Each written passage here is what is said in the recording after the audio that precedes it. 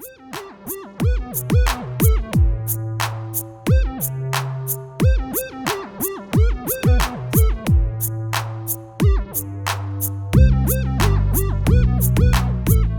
this is Timothy from Poly180 Animation Studios. This is my first tutorial on my YouTube channel, and the reason why I'm doing this is because somebody asked me to make a tutorial on how to do a certain thing. I think it was the cube dissolve. So this is it right here. So first off, I'm going to be using Blender 2.79b for this tutorial, and that's about it for that. So this is our default scene here. So first we're going to change this from Blender render to cycles render. And then we're going to leave that cube there because we're going to use it. And just make these windows more available. And then I'll also turn on my keys and what I'm doing so you can see what I'm doing here. Alright, so there's our default cube. And add mesh, and we're going to add another cube, and we'll just move it to the side like that, and then we're going to rename these. This cube is going to be, I'm just going to call it Influencer. Whoops, misspelled that there. Influencer. And this cube right here is going to be Influenced. And the reason why I'm naming this like that, because this one's going to be influenced by this one right here. So that's why I call this one Influencer. Alright, so first off, let's go to our Modifier tab, add Modifier, and we're going to put a subdivision surface. And under subdivisions here, we're going to change this from 1 to 5. That's pretty good, so apply. And then we're going to put the shading to smooth. And then I'm going to, for this object, I'm going to press Alt-G to just snap it back to the center. Alt-G just clears the transformations that you made through the location of the object. So now we're going to just press S to scale, and we're going to scale this out. And we want to make sure that it is completely covering the other cube. So we don't want it to be like that. We want to scale it out farther like that. And that's pretty good. Now what we want to do is add a modifier. We're going to add a displacement modifier. And notice how this got a little bit bigger. Don't worry about that. That's fine. And texture, we're going to add a new one. And then we're going to press this button right here. Whenever you see this, this just kind of transports you to the texture tab right here so you can see and edit the texture. Alright, so we'll click that. And then under type in image or movie, we're going to change it to clouds. And as you can see, now our object is literally been changed by the texture itself. So as you can see, it's kind of rough, a little too rough, I think. So what we want to do is under size, we're going to increase it a little bit. Right now it's 0.25. I'll change it to 0.5. And then the depth is going to be, let's try higher, about 4. So there it is right there. Size and depth have been changed. Don't worry about that one. Let's go back to Modifier tab, and let's the strength, let's decrease it to about 0.5. And as you can see, that kind of smoothed out the object because the texture is now not having that much of an effect on the object. And so here's a little thing. So when you press J to move this object around, notice how the texture it just moves with the object. Well, we want to change that. We want to get a really neat effect. So texture coordinates, change this from local to global. And as you can see, the texture changed. So now when you move the object around, press G, you can see that the texture is not moving with the object anymore. It's actually on a global scale. So it has that neat effect when you move it around. So that's set up. So now we can just move this over to this side over here. And we are set up to go. Alright, so with this cube still selected, our subdivide cube, let's go to our physics tab and put dynamic paint. Now it automatically wants to select canvas, but we want to actually go with brush. Now the reason why we're going to do that is imagine painting a picture and the brush is the influencer and the canvas is the influenced. The canvas is being influenced by the brush. So this is going to be the brush and this is going to be the canvas. So brush and add brush. And under dynamic paint source, change mesh volume to mesh volume plus proximity. And we're going to change the paint distance to about 0.01. So it's a pretty small value. And that looks pretty good. So let's go to this cube. And under the same physics tab, we'll add dynamic paint. And this is going to be the canvas, so add canvas. So dynamic paint advanced, surface type paint, we'll change that from paint to weight. And as you can see, the cube is now blue, just indicating that that's the weight color. So then what we want to do is this, with this cube still selected, we go to our object data tab, which is right there, vertex group, so I'm going to add a new one, so plus, and just leave it that, just leave it called group, you don't need to rename it, but so let's go back to our physics tab, and let's go to our dynamic paint output, and let's go to vertex group, and see how it says DP, weight, we don't want that, we just want to assign this vertex group right here. So now what's happening is if I move this object, if I move this cube here, you can see now wherever it touches this cube, now it's having an effect on it. So that's what we want. So with that in mind, let me actually go to this cube and go to object mode, click on that and go to edit mode. And then in this window, click subdivide, number of cuts. It's 1 right now. So increase it to about 10. Looks pretty good. Just want to subdivide it enough so that it's, it's more high resolution, more refined. All right, so that looks good. Let's go back to object mode. And so now we move this here. If you zoom in closer, you can see that red outline, that's where the white paint is being painted by this object onto this one. So just move that over there.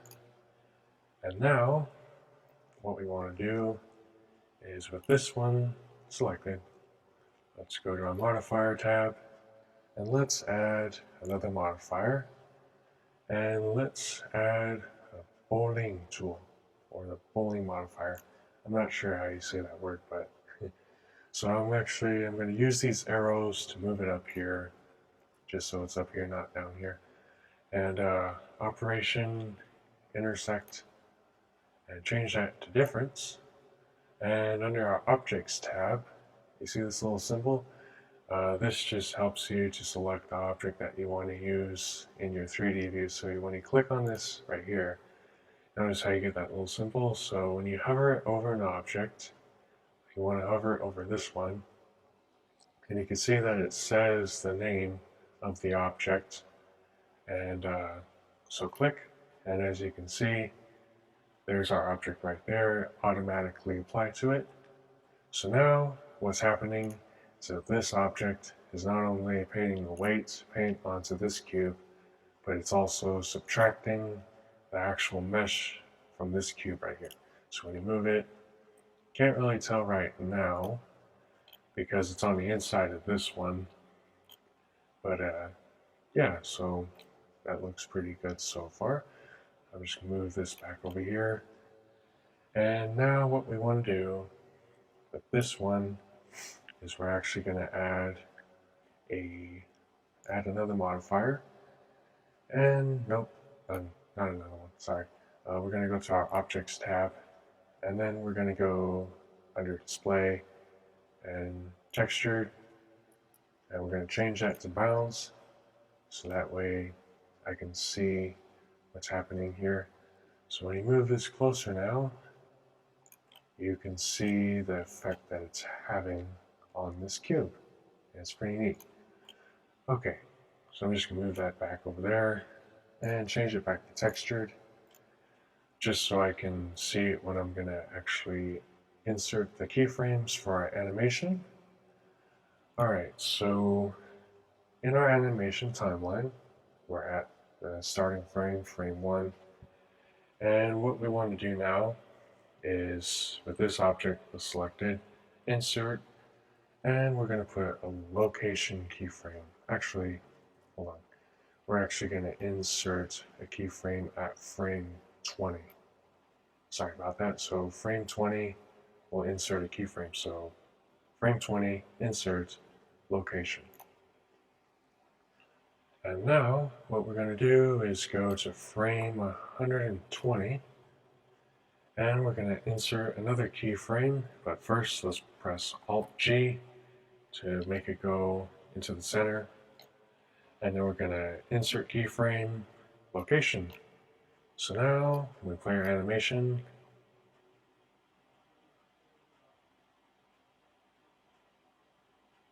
now you can see what's happening there. It's pretty cool. Oh, I see this little area is kind of peeking out of this cube right here. So actually I'm going to scale this cube just up a little more. There you go. Alright, so play the animation.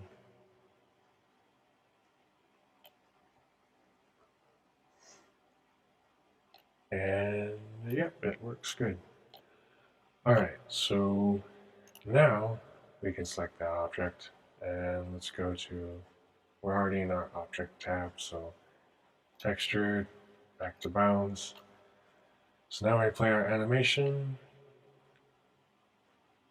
you can see that neat effect it's having on the cube itself, so it's pretty cool. Alright, so with this cube selected, we go to Modifications, Add a Modifier, and we're going to add a mask. Now what this is going to do is it's only going to show us the area that's being affected by this object. So watch what happens. So vertex group, click on group, and see how the cube disappears. But when we play our animation, you can see that the only area showing is the area that's being influenced by this object. So it's just kind of neater. It helps us focus on this area for right now. Alright, so with that all done, let's go to Particles, and we're going to add a new particle system. And first things first, let's check Use Modifier Stack. And what this is going to do is the particles are going to emit only from this area right here. So Use Modifier Stack. So when we play our animation, you can see that our particles are now emitting from this area. So let's see how you get this line right here. That's just, we have to adjust the particle frame range. See how it starts at 1 and ends at 200. So what we're going to do with that is we're going to see when it starts touching. So, okay, so 44, see, right there. So it's going to start at 44, and then we're going to just scroll through the frames and see what it ends. So when I see this disappear, that's when I tell the particles to end. So frame by frame, just seeing when it stops. Okay, so right there, 110. So it ends at 110. So now when we play our animation, you can see that the particles are now emitting only in that time frame and not the whole entire time. So that's good. All right, so with that done, I don't like how these particles are just falling like that. So we're going to go down to our field weights, and gravity is 1, change that to 0. And let's scroll all the way up to the top. Let's turn the lifetime down to 40. Randomize it to about 0.5. And let's see how that looks.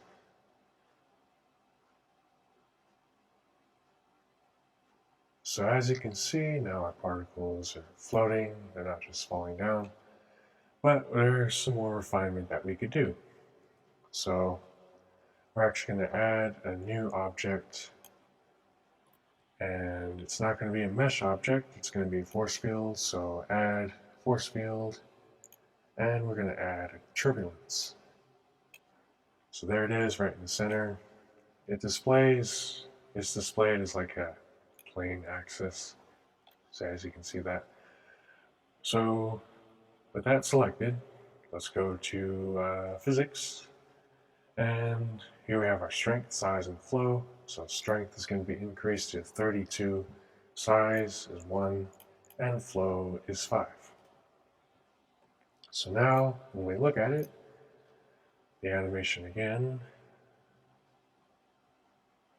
you can see we got some more interesting motion right there. And that's pretty good. Alright, so with that done, I'm going to select that the influenced object now. And what we're going to do is go to the particle system settings, and now we're going to increase the number of our particles from 1,000 to about kind of a high value, 80,000. So let's play the animation.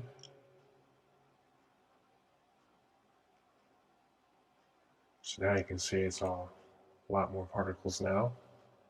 Start seeing interesting movements of the particles. It's kind of more organic.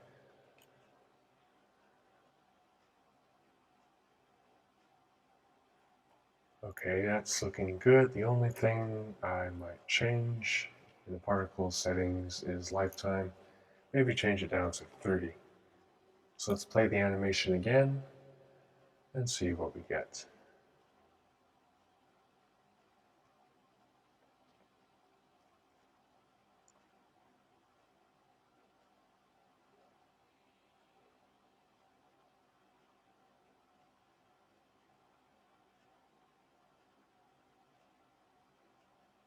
And that looks good enough. So what we can do now is I'm just going to put this back to frame 1 with our influenced object still selected, and in our particle system settings, let's scroll down and let's go to catch.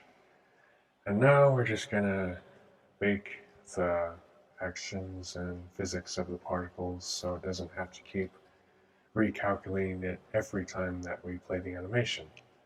So let's click bake.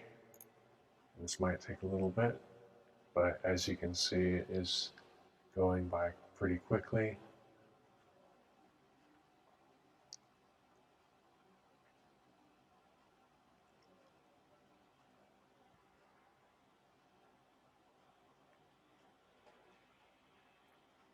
Okay, so it's finished.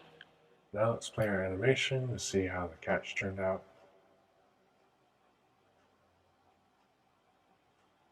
And it turned out pretty well.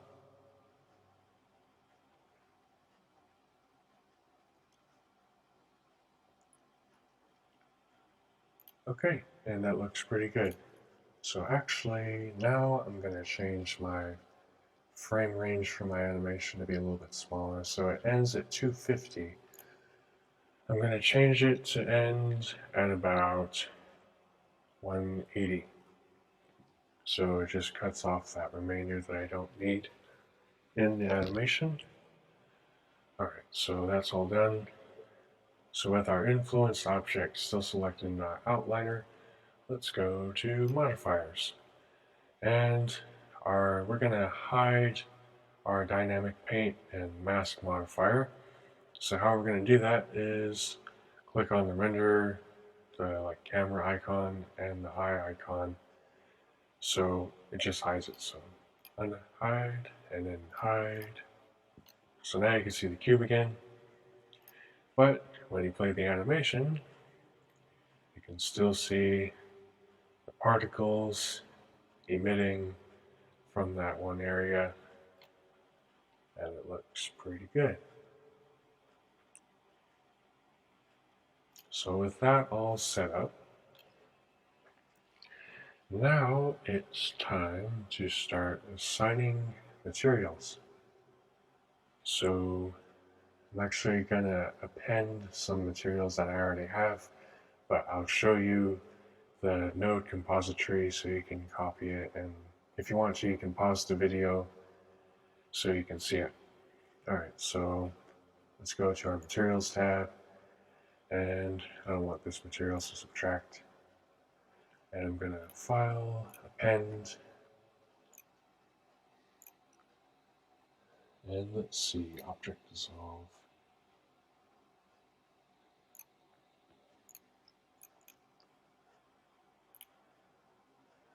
Okay, so let's open another window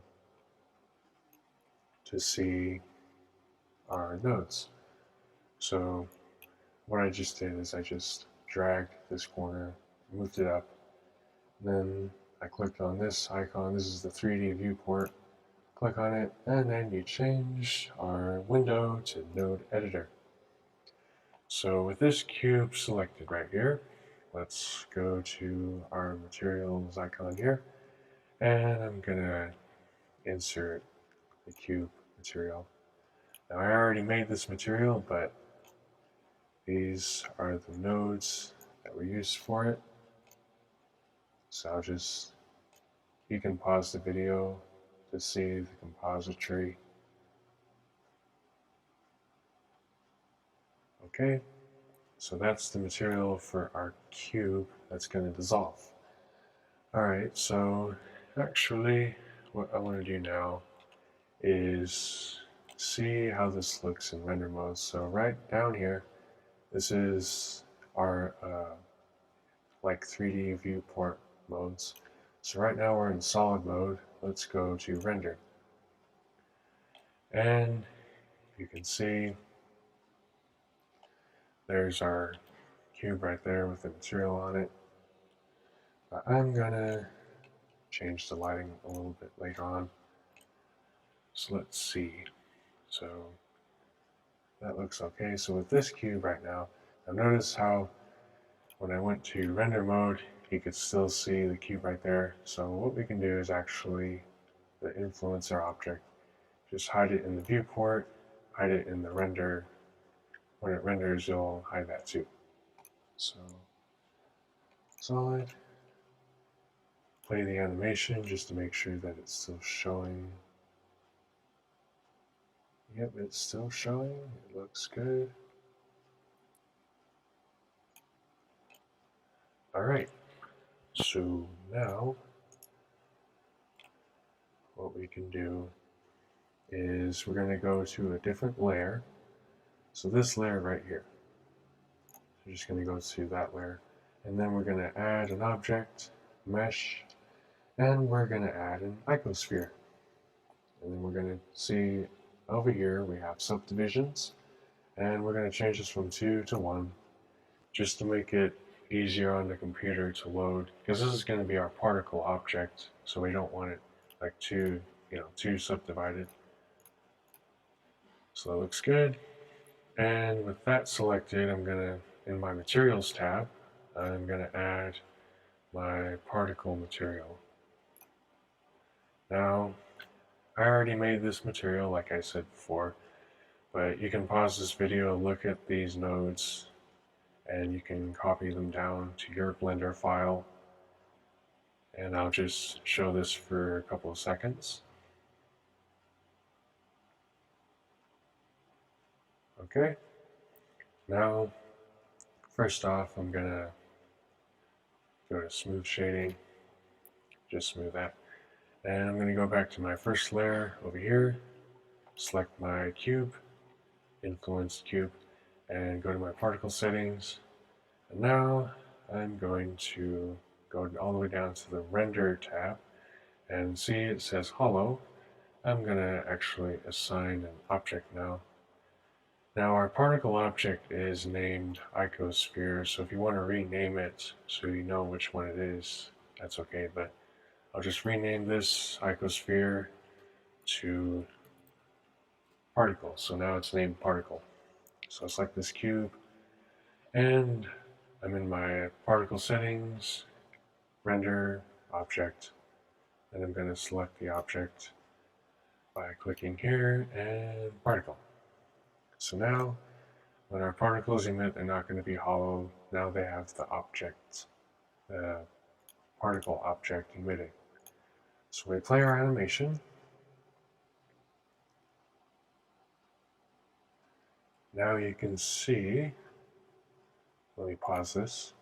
Now you can see that, whoops, hold on. Now you can see that our particles are now the object, are now made up of the object that we made in this layer. So that looks pretty good.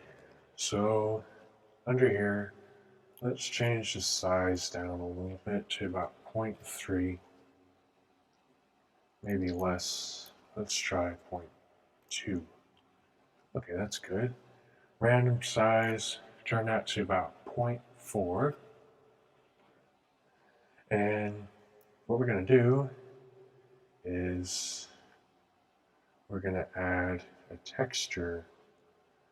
We're going to add a texture that controls, because see what we want is when the particles, we want the particles to get smaller as they move away from the cube. So let's go to, under our particle settings still, we'll go to textures, and we're going to press new. And we have our texture 001. Now remember, press this button over here. This takes you to the texture tab. And there's our texture for the particle. Now go to image or movie, and we're going to put blend. This is just a gradient from black to white. And what this is going to do is it's going to change. So uncheck time under influence and put size. You see it changed a little bit. So size is 1 right now. So I'm going to change that to negative 0.1. So particles should be, oh yeah, and under mapping, we have to change this from generated to strand/particle. So now it should, when we play our animation, it should work.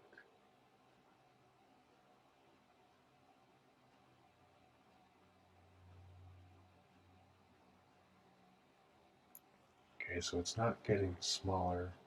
Let me see what I did here. So linear mapping coordinates, strand particle, size, oh duh, I put negative 0.1, I want negative 1. There you go. Alright, now we got it. So size is negative 1, sorry it's not negative 0.1. Alright, so see, now you can see the particles get smaller as they get farther away. And that's what we want. So this is actually pretty much, this is the final product right here. So works pretty good. Now we got one last thing in the materials assignment. Okay, so now that we have most of our materials set up, we have one more material to assign. So with our influenced object selected still in our materials tab, we're going to add a new material. Go to our material icon, and we're going to, oops, let me pin that. I'm going to put a new material called carved. Now I'll show you the node compository for this material for a few seconds here so you can see what I did here. Okay, and so with the influenced object with both the cube and the carved material, I'm going to go and select the influencer object in the outline, and I'm going to add a material to it. So material tab, new material, and I'm going to put in the same material, the carved. So now when we go to our render mode, this is the solid mode, let's go to render mode. You can see it's looking pretty good. And this is pretty much it. There's just a few last things we have to do for rendering and node compository. So let's go back to solid mode. And let me press numpad 0 to see where we are with the camera. So the camera is right here. So I actually want to move my camera a little bit over here. So I'm just pressing G and R to move and rotate my camera.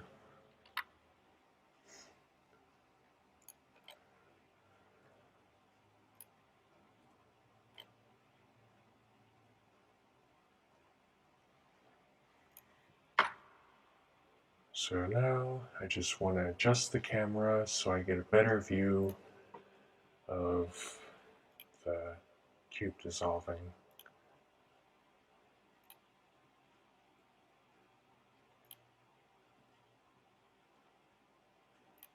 And let's see, just takes a couple of adjustments to get the camera right. That looks like a pretty good view right there. So let's just drag this down so we can see our 3D view. So you zoom in and we can see that we have a pretty good view for the camera. So actually in our animation now, let's go back to frame 1 in our animation timeline. And let's actually animate some keyframes for our camera. So at this view, with our camera selected, I'm going to press I to insert, and I'm actually going to insert a location rotation keyframe. There's going to be a little bit of rotation here, so loc rot, click on that. There's our keyframe at frame 1. And let's go all the way to the end, frame 180. And I'm just going to move my camera just a little bit, but just make sure that it's still focusing on the center where the cube's supposed to be. And that looks pretty good. So that looks good. So insert location rotation keyframe, click on it, and let's go to the beginning and play our animation, see what we get.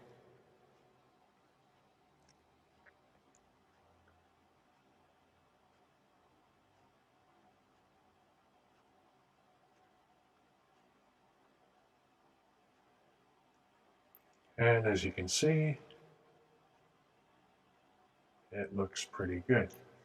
Now, with our camera still selected, I'm gonna go down to this corner, drag it, and make a new window, change 3D view to graph editor, and this is our motion paths being graphed on here. So I'm gonna actually press V, and I'm gonna press vector to just straighten out the motion of the camera. So I'm going to close that window. Let's play our animation.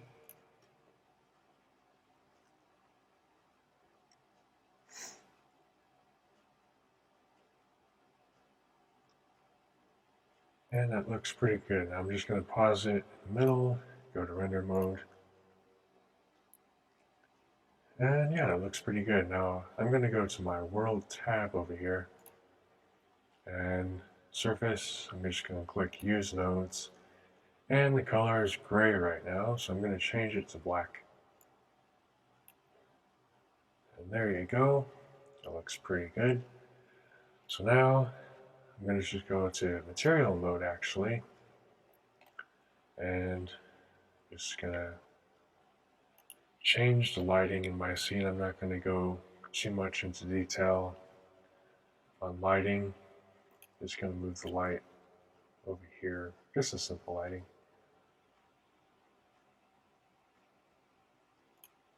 Just move it over there. Press numpad 0 to go back to my camera view. And I'm going to go to render mode just to see how that looks. And as you can see, that looks pretty good. And it looks like we're almost finished. So I'm going to select my influenced cube right now, go to particle settings, and for now I'm just going to hide my particle system because it is kind of putting a lag on the computer right now. So I just want to see how it looks.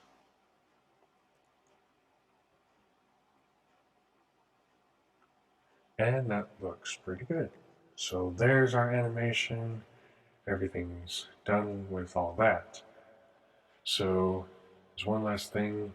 There's actually a couple of things we have to do before we can actually render this animation.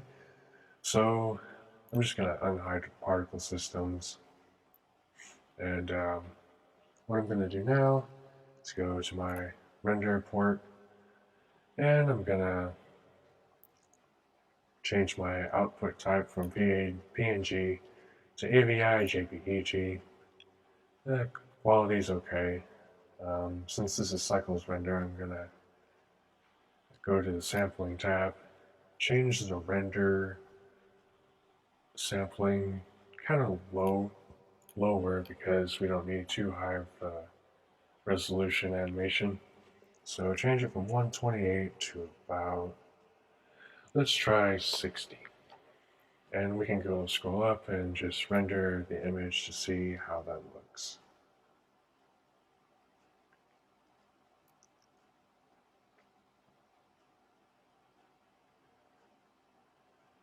And I'm not going to finish the whole render, I'm just going to press escape. But I can see that it is looking good just from this little small portion. So just exit again, go back to 3D viewport, and it looks pretty good. So now what we're going to do is down here with our layers, we're going to go to our second layer where our particle object is, and we're going to select that, and we're actually going to go to material tab, and there's our particle material. I hope you were able to see the node compository earlier for that material, but we're going to scroll down, and under settings you're going to change the passing index to 2. On your computer it's going to be 0, but you want to change it to 2, and that's just for when we do our node compository for our rendering. So that's what you want. Just scroll up, and now we're going to go to our scene tab. We're going to scroll down, and not scene tab, sorry, render layers tab right here. So we're going to go to passes, and we're going to check material index. So what we just did with this material, with that passing index of 2, this is going to affect this right here, material index. So now we're going to make a new window just by dragging this corner down here.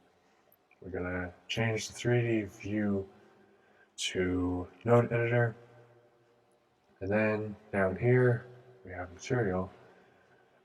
We want to go to our render layer or compositing node mode, so click on that and check use nodes. So now we got 2 nodes here, and I'm just going to press N to get that tab out of there. So now we got our basic input output node. composite, and render layer. So what we're going to do is say index MA right here. This is our material index. This is our what we're going to use for the passing index of our particle material. So we're going to go into here, add, and we're going to search for ID mask. So there's right there, ID mask, insert it, connect this index MA down here, check anti-aliasing. I think that's how you say it. It just helps to improve the quality. And we're going to add another one. We're going to add a glare node. And okay, so in our ID mask, we have an index 0. So we're going to change that to 2. Now, just for a fact, you can just change this. You can really change this to any number you want. I just chose 2. Like, you could change that to like 6 or 7 or any number, just as long as you change the material to that same number. So like, I need to put 7 here to match with that, because this is going to be for this material. So ID mask index 7, I can just change it back to 2 and connect the alpha to the image. And then what we're gonna, oops, there's one node I forgot. I have to, in between ID mask and glare, I have to add another one. It's a mix shader. Connect it, and we'll connect this to the bottom one. Change this from white to black, and actually alpha will be connected to the fraction, and then this image, the image port from render layers is going to connect down here. So that's all set up. So under our glare node, we're going to change streaks to fog glow and change the threshold to 0 and change the size to 9. 9 is the maximum. And so that's all set up. So we're going to add another node. We're going to add a mix shader. And we're going to connect it here. Change mix to, I believe it would be, I think it's mix. No, it's add. Change it to add. Glare, image, connect there. And then that should be it. So these nodes should make up the compository for our final render. So I'm just going to test it. So back to my 3D viewport here. I'm going to go to my first layer with our cube, and I'm going to go to the render viewport, and I'm going to go to a frame where you can see the actual particles. Render.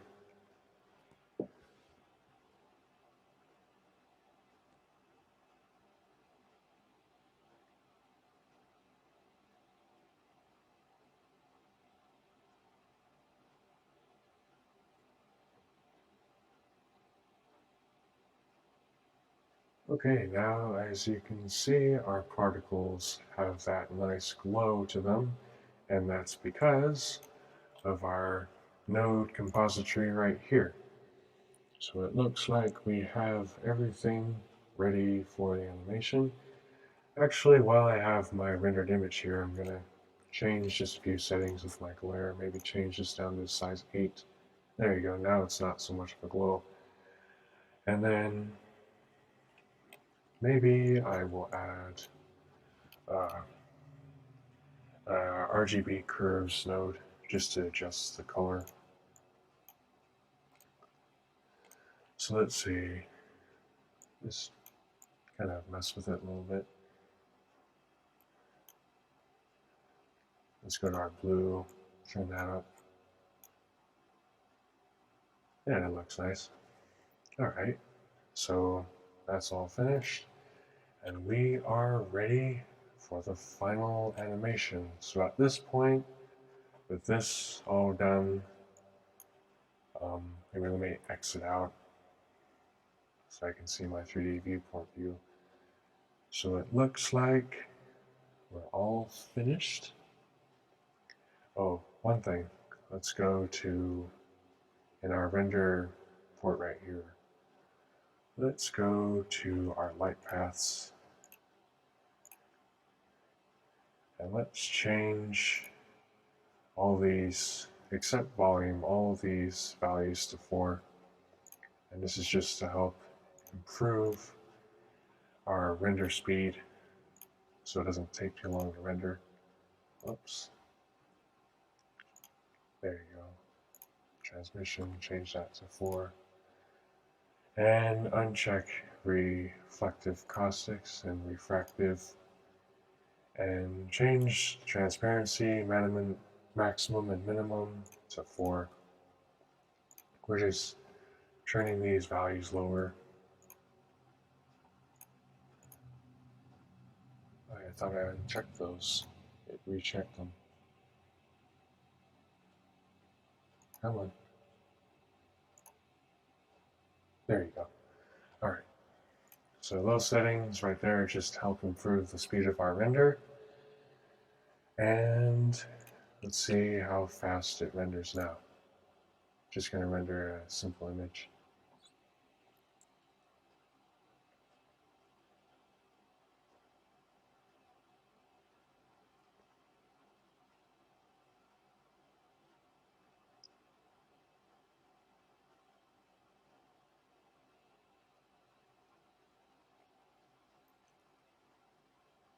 So I can tell that is a little bit slow.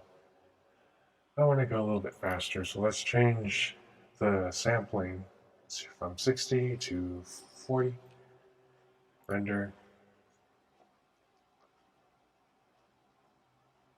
And it's rendering a little bit faster.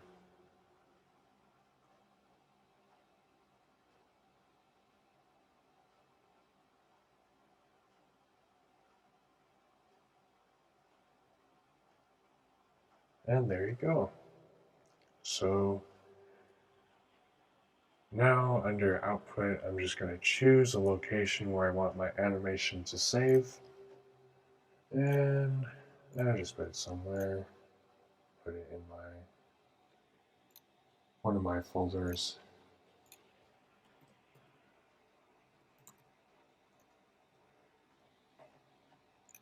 Just call it that.